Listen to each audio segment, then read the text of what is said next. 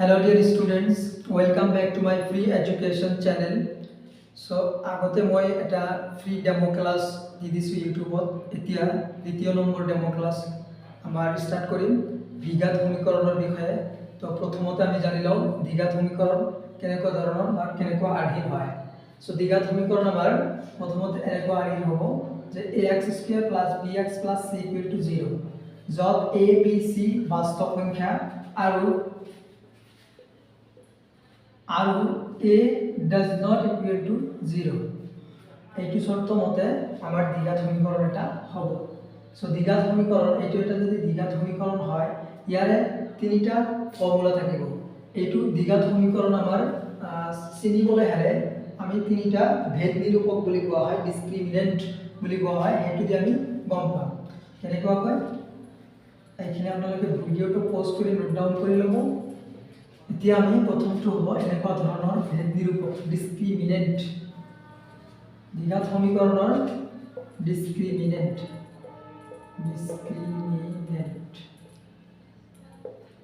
অৰ্থাৎ ভেদ নিৰূপক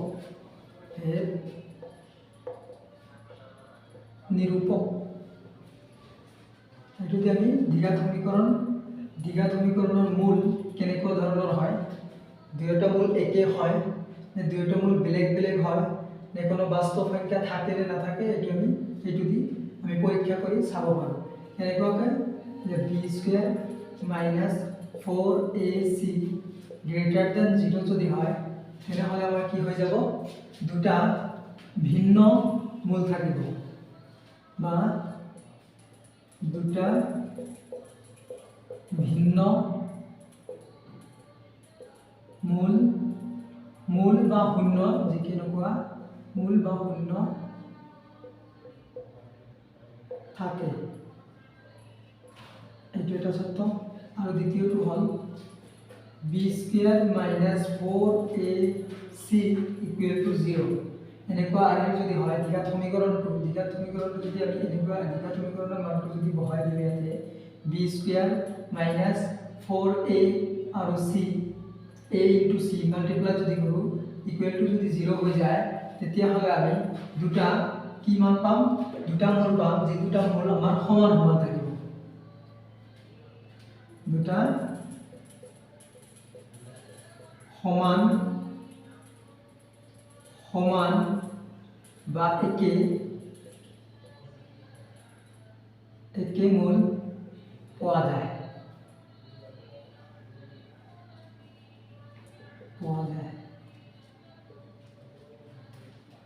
সো এইখিনি আপোনালোকে নোট ডাউন কৰি ল'ব। আৰু আমাৰ ব্ল্যাকবোৰ্ড হোৱাইট বোৰ্ডটো হ'বৰ কাৰণে আমি গোটেইখিনি লিখিব নোৱাৰোঁ, সেইকাৰণে আমি মুচি লিখিব লাগিব।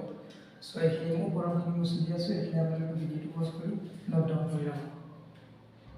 সো এতিয়া আমাৰ 3 নম্বৰ শৰ্তটো হ'ব b² - 4ac is less than 0। এতিয়া যদি b² - 4ac (0) যদি সৰু হৈ যায়, এইখিনিৰ মান যদি 0তকৈ সৰু হৈ যায় তেতিয়াহ'লে আমাৰ কোনো বাস্তৱ মূল নাথাকে, বাস্তৱ মূল নাই, আমার কোনো বাস্তব মূল নাথাকে, নাই বা নাথাকে।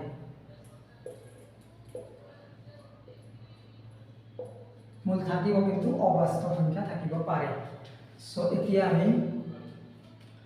দ্বিঘাত সমীকৰণটো সমাধান কেনেকৈ কৰে সেইটো আমি চাই লওঁ। আৰু ইয়াতে আপোনালোকৰ ক্লাছ 10ৰ যিটো বুক তাতে আমাৰ তিনিটা পদ্ধতি দিয়া আছে। এটা হ'ল উৎপাদকীকৰণ পদ্ধতি ফেক্টৰাইজেশ্যন, আৰু এটা হ'ল বাই ইউজিং ফৰ্মুলা সহকাৰে আমি ইয়াৰ ভেলু উলিয়াব পাৰোঁ আৰু মূল দুটা উলিয়াব পাৰোঁ, আৰু এটা পদ্ধতি হ'ল বৰ্গ সম্পূৰণ পদ্ধতি। তো আমি ফাৰ্ষ্টত উৎপাদকীকৰণ পদ্ধতি ব্যৱহাৰ কৰি চাওঁ।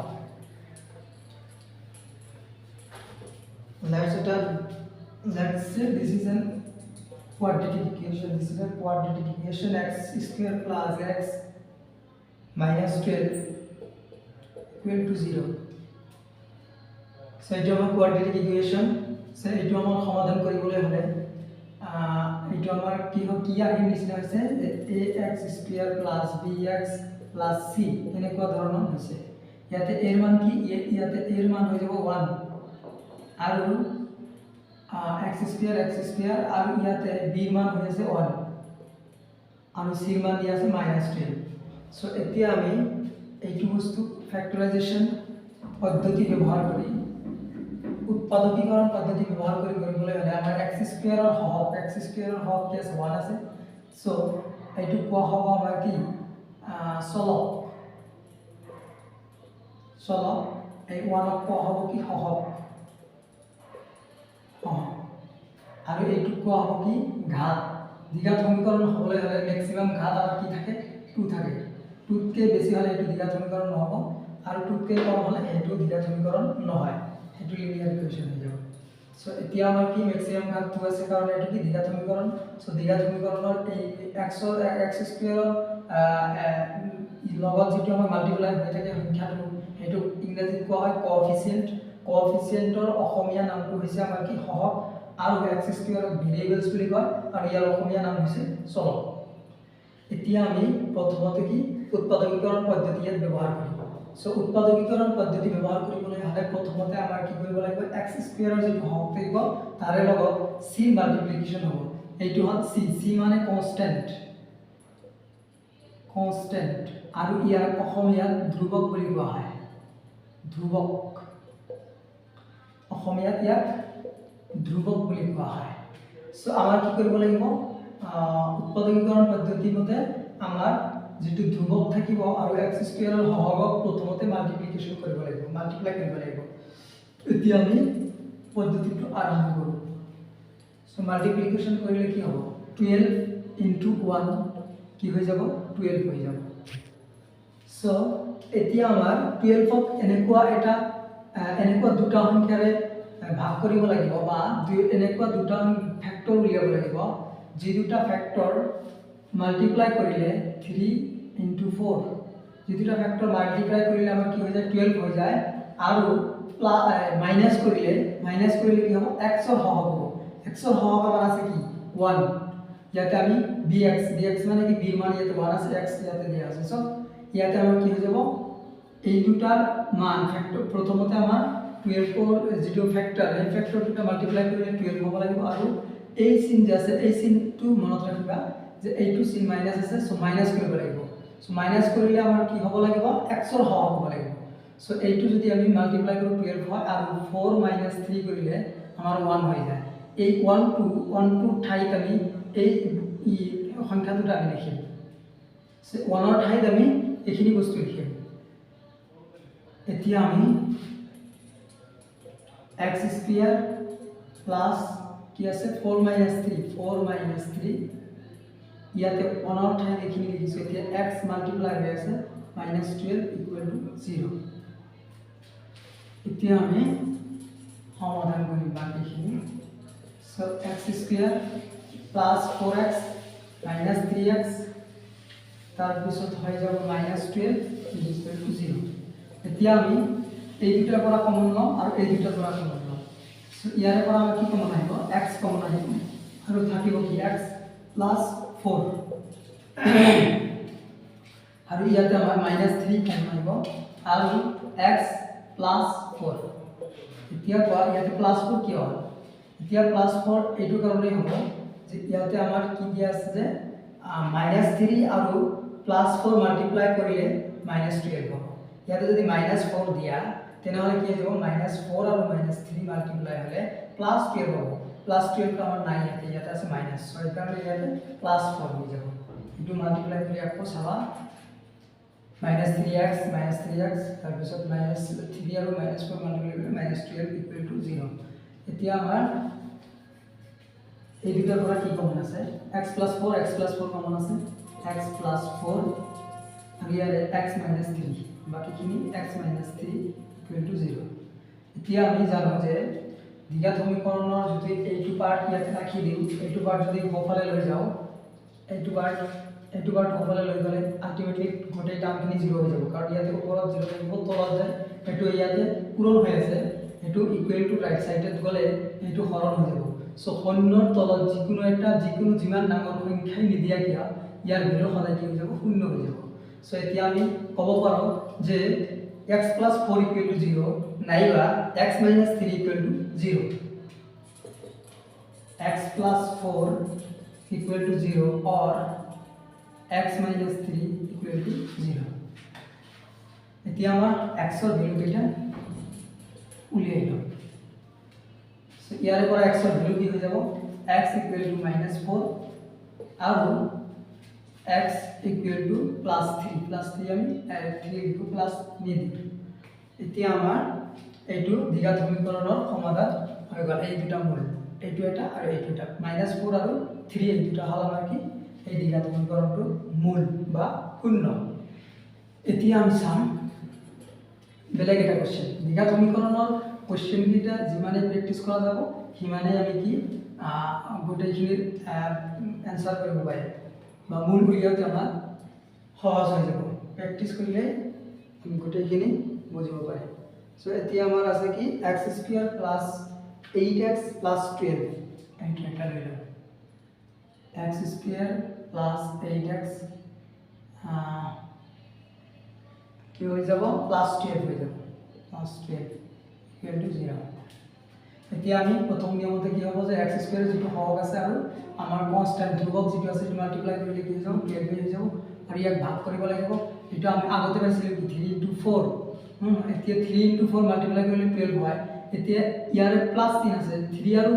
4 যদি প্লাস কৰা আমাৰ কি হৈ যায় 7 হৈ যায় x ৰ হক কি আছে 8 আছে গতিকে x ৰ হক 8 বনাবলৈ হলে আমাৰ এইটো ফ্যাক্টৰে নহব আৰু এটা ফ্যাক্টৰ থাকিব লাগে ইয়াৰ আৰু এটা ফ্যাক্টৰ কি আছে 6 * 2 এতিয়া আমি 6 আৰু 2 মাল্টিপ্লাই কৰিলে 12 হৈ যাব আৰু 6 আৰু 2 প্লাস কৰিলে ইয়াতে +3 আছে কাৰণে 6 আৰু 2 প্লাস কৰিলে আমাৰ কি হৈ যাব 8 হৈ যাব x ৰ হক হ'ব লাগিব এনেকুৱা দুটা সংখ্যা ল'ব লাগিব যে দুটা সংখ্যা মাল্টিপ্লাই কৰিলে 12 হয় আৰু প্লাস কৰিলে ইয়াতে প্লাস আছে কাৰণে প্লাস ইয়াতে আগৰটো মাইনাস আছে এই কাৰণে কি এইটো লৈছিল মাইনাস কৰিলে x ৰ হক 1 আছে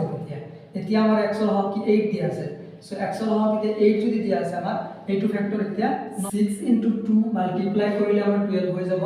আৰু 6 আৰু 2 প্লাস কৰিলে এই ইয়াতে প্লাস হৈ যাব কনস্ট্যান্টৰ আগত যেটো চিন আছে সেইটো চিন কৰিব লাগিব সো প্লাস আছে কাৰণে 6 + 2 কৰিলে আমাৰ কি হৈ যাব 8 হৈ যাব x ৰ হক হ'ব লাগিব এইটো প্লাস কৰিলে x ৰ হক হ'ব লাগিব মাল্টিপ্লাই কৰিলে কনস্ট্যান্ট হ'ব লাগিব এতিয়া আমাৰ এইটো না কাটে কাৰণ এইটো 3 * 4 কৰিলে 12 হয় ঠিকে আছে কিন্তু 3 - 4 বা 4 - 3 কৰিলে এইটো x ৰ হক নহব এতিয়া আমাৰ x ৰ হক বনাব লাগিলে আমাৰ 6 * 2 আৰু 6 + 2 কৰিলে এইটো 6 + 2 কৰিলে x ৰ হক হ'ব আৰু 6 * 2 কৰিলে কনস্ট্যান্ট ভ্যালু হৈ যাব সো এতিয়া আমি ওপৰৰ মানটো নলওঁ এতিয়া আমি এইখিনি বস্তু এইটো x ৰ হকৰ ঠাইত এইখিনি বস্তু আমি লিখি দিম এতিয়া x² তাৰ পিছত প্লাস 6 + 2 ইনটু কি হৈ আছে x মাল্টিপ্লাই হৈ আছে সো x + 12 = 0 সো আগতে কিন্তু এইটো 12 মাইনাস আছিল কাৰণে 3 * 4 কৰিছিল আৰু 4 - 3 কৰিলে সেই কাৰণে x ৰ হক 1 আছিল এতিয়া x ৰ হক 8 আছে তাৰ মানে কি হেতু এই ফ্যাক্টৰ আমাৰ নহব এতিয়া আমাৰ ফ্যাক্টৰ হৈ যাব 6 আৰু 2 সেই কাৰণে আমাৰ x ৰ হকৰ জায়গাত 6 আৰু 2 প্লাস হৈ আছে 6 আৰু 2 প্লাস কৰিলে কি হৈ যায় 8 হৈ যায় সো এটো বুলি গল এতিয়া আমি x² + 6x 6 * x আৰু plus 2 * x plus twice x plus 12 = 0 ইয়াৰে পৰা আমি এই দুটাৰ পৰা কমন লম আৰু এই দুটাৰ পৰা কমন লম ইয়াৰে পৰা x কমন আহিব আৰু x + 6 থাকি যাব আৰু ইয়াৰে পৰা +2 এটা কমন আহিব আৰু x + 6 হৈ যাব ইয়াতে চাবা 2 * x কৰিলে twice x আৰু 2 * 6 মাল্টিপ্লাই কৰিলে আমাৰ হৈ যাব 12 + 12 = 0 এতিয়া আমাৰ x + 6 এই দুটাৰ পৰা এটা কমন আহিব সো x + 6 আৰু বাকি আমাৰ কোনখিনি আছে x + 2 = 0 এতিয়া আমি জানো যে দ্বিঘাত সমীকৰণ এটা এনেকুৱা আৰ্হিক হলে হয় এইটো = 0 নাইবা এইটো = 0 সো এই এনেকুৱা ধৰণৰ হলে আমি কি লিখো যে x + plus 6 equal to 0 or x plus 2 equal to 0 এতিয়া আমি x এর ভ্যালু কেটা উলিয়াই দিই আমার হোয়াইট বোর্ড টু হওয়ার কারণে গোটেইখিনি আমি লিখিব পৰা নাই সো আমি মুছি দিম উপৰৰ লাইনটো মুছি লিখি দিম এইখিনি আপোনালোকে ভিডিওটো পজ কৰি নোট ডাউন কৰি ল'ব এতিয়া আমাৰ x equal to -6 আৰু ইয়াৰ পৰা x equal to -2 এই দুটা হল আমাৰ কি মূল এই দুটা হল আমাৰ দ্বিঘাত সমীকৰণটো মূল বা শূন্য বা বীজ বুলিও ক'ব পাৰা সো এইটো আমাৰ দ্বিঘাত সমীকৰণ সমাধান হৈ গ'ল এতিয়া আমি দ্বিঘাত সমীকৰণৰ কনসেপ্টখিনি শিকিলো এতিয়া আমি কি কৰিম দ্বিঘাত সমীকৰণৰ এটা কোৱেশ্চন লং কোৱেশ্চন আকাৰে লৈ আমি সমাধান কৰিম এইটো আমাৰ কি যে আমি কেৱল নলেজ গেইন কৰিলেই নহব নলেজটো আমাক এপ্লিকেশন কৰিব লাগিব সো আগতে আমি পঢ়িছিলো যে নলেজ ইজ পাৱাৰ কিন্তু এতিয়া আমি গম পাওঁ যে not only knowledge application of knowledge is power আমি যদি এটা বস্তু জানিলো সেইটো যদি সেই নলেজখিনি যদি আমি এপ্লাই কৰিব পাৰোঁ এপ্লাই কৰি যদি এটা অংক কৰিব পাৰোঁ সেইটোৱে হ'ল আমাৰ পাৱাৰ এতিয়া আমি চাম এটা কোৱেশ্চন আকাৰে লৈ দ্বিঘাত সমীকৰণ বনাই তাৰ পৰা আমি সমাধান উলিয়াম এতিয়া আমাৰ কোৱেশ্চনটো হ'ল দুটা ক্ৰমিক যোগাত্মক অখণ্ড সংখ্যাৰ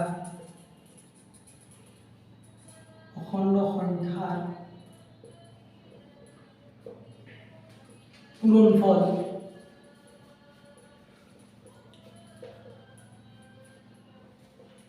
পূৰণফল 306 তেন্তে সংখ্যা দুটা উলিয়া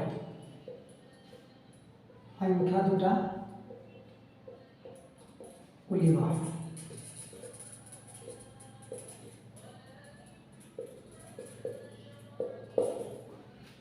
এতিয়া আমি আপোনালোকে ভিডিওটো পজ কৰি কোৱেশ্চনটো লিখি ল'ব সো দুটা অক্ৰমিক যোগাত্মক অখণ্ড সংখ্যাৰ পূৰণফল 306 তেন্তে সংখ্যা দুটা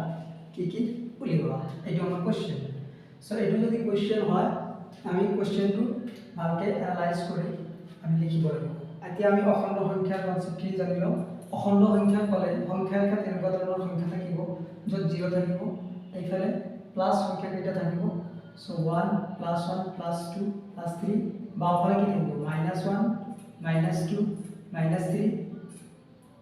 এই গোটেইখিনি কোৱা হ'ব অখণ্ড সংখ্যা কিন্তু কোৱেশ্চনত আমাক কৈছে কি যোগাত্মক অখণ্ড সংখ্যা ক'লে ইয়াৰ পৰা শূন্যৰ পৰা ৰাইট সাইডৰ কি হ'ব যোগাত্মক অখণ্ড সংখ্যা আৰু যোগাত্মক অখণ্ড সংখ্যা পূৰণফল দিয়া আছে আমাৰ ক্ৰমিক দিয়া আছে ক্ৰমিক হলে প্ৰথমতে আমি ধৰি লওঁ যোগাত্মক অখণ্ড সংখ্যাটো 1 বুলি ধৰি লওঁ ফাৰ্ষ্টত 1 তেনেহলে দ্বিতীয়টো সংখ্যা কি হৈ যাব আমাৰ দ্বিতীয়টো সংখ্যা হৈ যাব 2 তৃতীয়টো সংখ্যা হৈ যাব ক্ৰমিক মানে লাহে লাহে এক এক কৈ বঢ়াই যাব লাগিব সো এক এক কৈ বঢ়াই গলে তৃতীয়টো সংখ্যা হ'ব আমাৰ 3 এতিয়া আমি যদি ফাৰ্স্ট সংখ্যাটো এনেকৈ ধৰো x তেনেহলে দ্বিতীয় সংখ্যাটো আমাৰ কি হ'ব দ্বিতীয় সংখ্যাটো কি হ'ব লাগিব যে ইয়াতে x + 1 হৈ যাব কিয় x যদি আমি 1 ধৰো x ৰ ভ্যালু যদি 1 হয় তেনেহলে x + 1 মানে কি 2 যেটো আমাৰ দ্বিতীয়টো সংখ্যা সো দ্বিতীয়টো সংখ্যা আমাৰ কি হৈ যাব x + 1 কোৱেশ্চনত আমাৰ কৈছে কি কোৱেশ্চনত কৈছে যে দুটা ক্ৰমিক সংখ্যাৰ পূৰণফল এইটো আমাৰ দুটা ক্ৰমিক সংখ্যা হৈ গ'ল এইটো ফাৰ্স্ট ক্ৰমিক সংখ্যা সেকেন্ড ক্ৰমিক সংখ্যা এতিয়া ইয়াৰ পূৰণফল ইনটু পূৰণফল মানে কি মাল্টিপ্লাই পূৰণ সো পূৰণচিহ্ন দি দিলো ইকুৱেল টু কিমান দিয়া আছে পূৰণফল দিয়া আছে পূৰণফল মানে পূৰণফল এই দুটা পূৰণফল ইকুৱেল টু দিব লাগিব এইটো লিখি দিব 306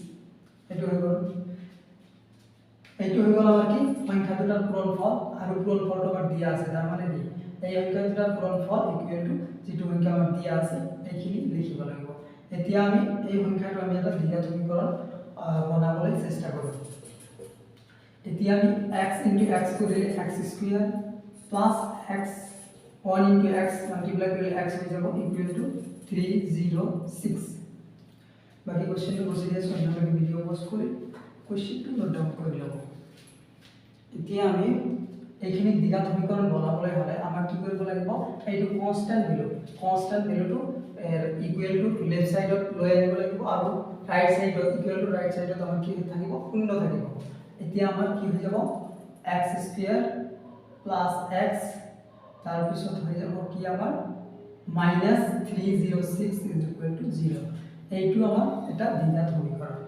এই দ্বিঘাত সমীকৰণটো আমি আগতে দ্বিঘাত সমীকৰণ সমাধান কৰিলো কি পদ্ধতিত সমাধান কৰিলো উৎপাদকীকৰণ পদ্ধতিত সমাধান কৰিলো সো এইটো আমি উৎপাদকীকৰণ পদ্ধতিত সমাধান কৰিম আৰু কোৱেশ্চনটোৰ আনসাৰ উলিয়াম সো উৎপাদকীকৰণ পদ্ধতি মতে 306 আৰু x² ৰ সহগৰ লগত মাল্টিপ্লাই কৰিব লাগে আগতে সো x² ৰ সহগ কিমান আছে 1 সো অনক 306 ৰ লগত মাল্টিপ্লাই কৰিলে কি হৈ যাব 306 হৈ যাব এতিয়া 306 ক আমি ভাঙি লম কি হৈ যাব 2 15 3 আৰু 3 5 1 এতিয়া হৈ যাব 3 1 7 এতিয়া আমি 3 into 3 9 9 into 2 18 18 into 17 equal to কিমান আমাৰ 306 এতিয়া আমাৰ এইটো হল 306 ইয়াৰ এনেকুৱা দুটা মাল্টিপ্লিকেশন অৰ এনেকুৱা দুটা ফ্যাক্টৰ উলিয়াব লাগিব যে ফ্যাক্টৰ দুটা মাল্টিপ্লাই কৰিলে 306 হয় আৰু মাইনাস কৰিলে এই ইয়াতে যাবা কনস্ট্যান্টৰ আগত যেটো ভ্যালু আছে কনস্ট্যান্টৰ আগত যেটো চিহ্ন আছে এই চিহ্নটো আমাৰ ইয়াতে ব্যৱহাৰ কৰিব লাগিব মাইনাস আছে যদি কি কৰিব লাগিব এই সংখ্যা দুটা ডাঙৰটোৰ পৰা সৰুটোক মাইনাস কৰিলে আমাৰ x ৰ হৰণ হ'ব লাগিব x ৰ হৰণ কি আছে 1 আছে সো ইয়াৰ পৰা আমি জানো যে 18 into 17 মানে 306 এতিয়া আমি 18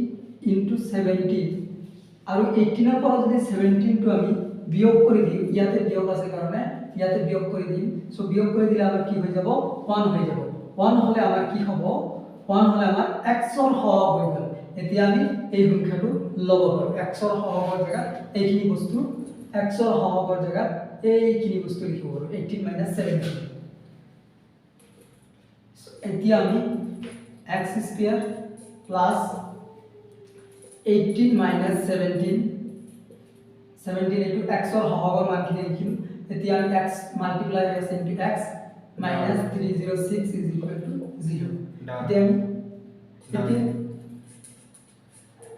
এতিয়া আমি ক্যালকুলেশন করব x² plus 18x minus 17x minus 306 is equal to 0 এতিয়া আমাৰ ইয়াৰ পৰা কমন লম আৰু এইটো জোৰৰ পৰা কমন লম এইটো জোৰৰ পৰা কমন লম কমন ললে ইয়াৰ পৰা কি কমন আহিব x এটা কমন আহিব সো ইয়াতে x থাকি যাব আৰু প্লাস 18 আহিব আৰু ইয়াৰ পৰা -17 টো কমন লম -17 টো কমন ললে আমাৰ কি আহি যাব ইয়াতে x থাকি যাব আৰু মাইনাস ইয়াতে কি থাকি যাব সরি মাইনাস হয়ে প্লাস হয়ে যাবে প্লাস 18 হয়ে যাবে কারণ -17 আর 18 পূরণ করলে কি হয়ে যাবে আমার -306 হয়ে যাবে আমার ইয়াতে কি আছে -306 আর যদি আমি ইয়াতে 18 টু মাইনাস করিলে হয় ইয়াতে যদি মাইনাস করিলে হয় ইয়াতে +306 হবে কিন্তু +306 আছে তো নাই আমার মাইনাস আছে সো আমার একটু প্লাস দিব লাগে একটু সিম প্লাস দিব লাগে সো এতিয়া আমি x এর ভ্যালু লিখে দাও ইয়ারে পরে এটা কমন লও x + 18 এটা কমন আছে বাকি কোনখিনি থাকিব আমার x থাকিব x এনেকুৱা ধৰণে লিখিবা ব্ৰ্যাকেট দি -17 = 0 এতিয়া আমি x ৰ ভ্যালু উলিয়াই দিম এতিয়া আমি জানো দ্বিঘাত সমীকৰণৰ হয়তো এইখিনি ইকুৱেল টু 0 নহলে এইখিনি ইকুৱেল টু 0 হৈ যাব এইখিনি কথা কিন্তু আমি আগতে জানো দ্বিঘাত সমীকৰণ আগতে দুটা বা তিনিটা মান কৰা হয় সব ইয়াতে আমি x + 18 = 0 or x - 17 = 0 এতিয়া আমি x ৰ ভ্যালু উলিয়াই লও x = -18 আৰু ইয়াতে x = 17 প্লাস টো আমি লিখো এতিয়া আমাৰ কি কৈছে যে ক্ৰমিক যোগাত্মক অখণ্ড সংখ্যা এইটো এটা অখণ্ড সংখ্যা হয় ঠিকই, কিন্তু যোগাত্মক হয় জানো? যোগাত্মক নহয়। তেনেহ'লে আমাৰ ভ্যালু কোনটো ল'ম? ভ্যালু ল'ম এইটো। x ৰ ভ্যালু আমি কি +17 আছে, এইটো আমি ভ্যালু ল'ম, কাৰণ যোগাত্মক অখণ্ড সংখ্যাৰ ক্ৰমিক নাম্বাৰ আমাৰ দিয়া আছে। সো ক্ৰমিক নাম্বাৰৰ প্ৰথমটো ক্ৰমিক নাম্বাৰ আমাৰ হৈ গ'ল 17।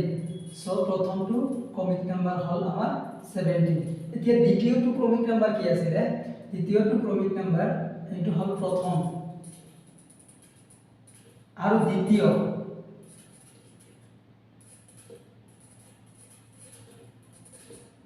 দ্বিতীয়টো ক্রমিক নাম্বার হল x + 1 আসলে। সো x এর মান কি 17, সো 17 + 1 18। এই দুটা হল আমার নির্ণয় সংখ্যা দুটা, ক্রমিক সংখ্যা। ফার্স্ট ক্রমিক সংখ্যাটো হল 17 আৰু সেকেন্ড ক্ৰমিক সংখ্যাটো হল 18। সো ভিডিওটো গোটেইখিনি চোৱাৰ বাবে আপোনালোকক সকলোকে ধন্যবাদ জনালোঁ।